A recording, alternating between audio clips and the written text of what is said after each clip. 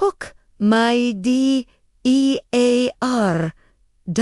Imagine your own children looking you in the eye and saying, "Mom, it is for your own safety," while they pack you off to a nursing home and quietly sell the house you've lived in for 50 years. That's what happened to me at 81. I'm Evelyn, and this is the story of how my kids turned care into theft, and how I fought back to reclaim my life. If your heart is racing, stay with me. This could save you or someone you love. Trust and set up after my husband passed. I was alone in our family home, the one we built together, raised our 3 kids in. Bills got tough, but I managed. My daughter Lisa and son Mark visited often, saying, "Mom, we're worried you're forgetting things." They sounded caring. They even helped with groceries, drove me to doctors. One weekend, they sat me down. "Mom, the house is too big. Too much upkeep. Let us help.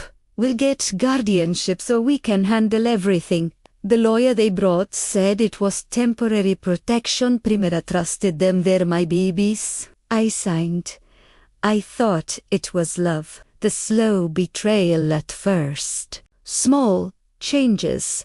They moved some furniture for safety. Then I noticed fewer visits. Calls dropped. One day, they said, "Mom, it's time for assisted living. The doctor agrees. You're not safe." Alone, I protested. I was fine. But they had papers. The court hearing was quick. The judge saw their concern and granted temporary guardianship. They moved me to a facility 40 miles away. I felt trapped, but still hoped it was temporary. Weeks later, the facility social worker mentioned, "Your kids are handling the house sale." My heart stopped. Sale? They never asked. Primera Cayet. "Lisa, what's going on?" She said, "Mom, the house was falling apart. We sold it to pay for your care. It's better this way." Better. That house was my memories, my independence. They pocketed the equity, over $400,000 after mortgage, while I lived in a tiny room with strangers. The reveal and outrage, I felt betrayed, crushed.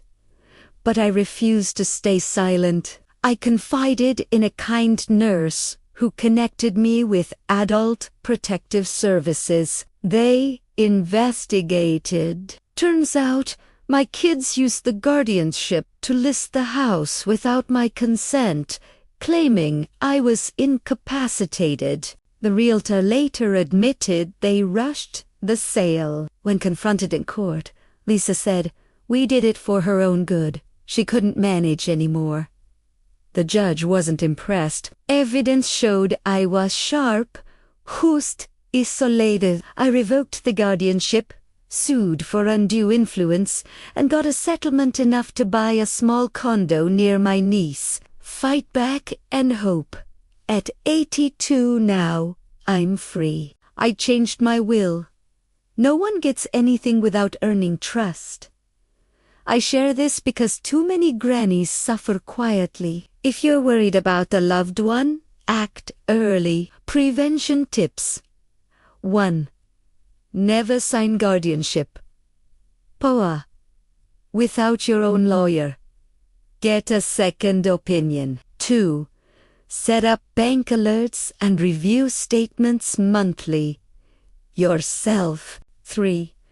Talk to trusted friends or Adult Protective Services if family pressures you about safety. If this happened to you, comment me to below. You're not alone. Hit subscribe plus bell for more real survivor tales. Watch next. My daughter drained $120,000. Double quotes. Thank you for holding my hand. Guard your home and your heart. God bless.